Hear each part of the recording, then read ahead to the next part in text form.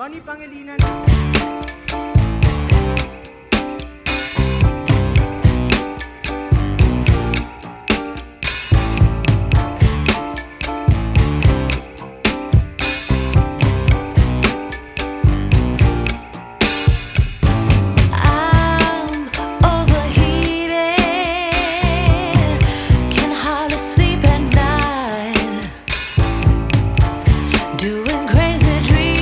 Hello po, hi everyone. I have to be honest. This journey wasn't the easiest. There were ups and downs, but I wouldn't change a thing about it because this journey has taught me so much. I love you guys. And this journey, I'm so grateful because I get to go through this with an amazing and supportive partner. And I get to meet such amazing supporters. Maraming salamat po. Thank you so much for being there for us from the very beginning up to the very end. Thank you. Wow, first awards night natin to together, no? Maraming salamat po, PMPC. Si Kuya Germs po ang dahilan kung bakit pumasok si Mami ng showbiz. So this hits very close to home. Ayun, sa lahat po na nandito ngayon, isang karangalan po na nandito kami ni Belle.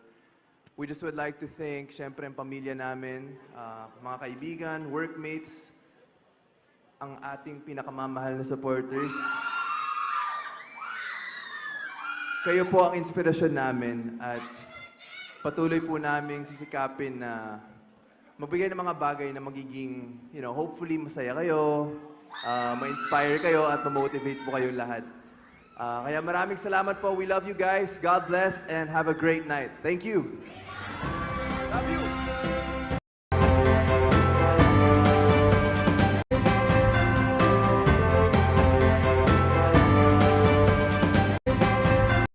Lakas sa telebisyon, gawa ng kanilang hit series na He's Into Her.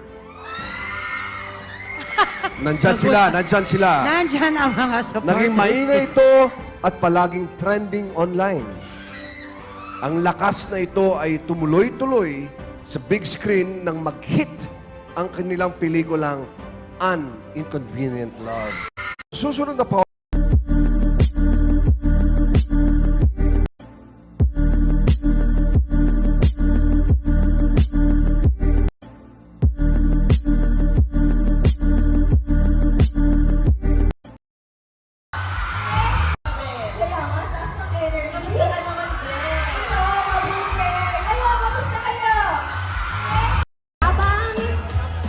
nag-assemble ang ating executives. Once again, maraming salamat po, Davao, sa napakainit na pagtanggap sa amin. Grabe, hindi ko makakalimutan itong trip na to. At ang laki-laking milestone din naman kasi ang sineselebrate natin, syempre, with Jollibee Foods Corporation and PepsiCo. Kaya, mga kaibigan, do not forget to visit the Jollibee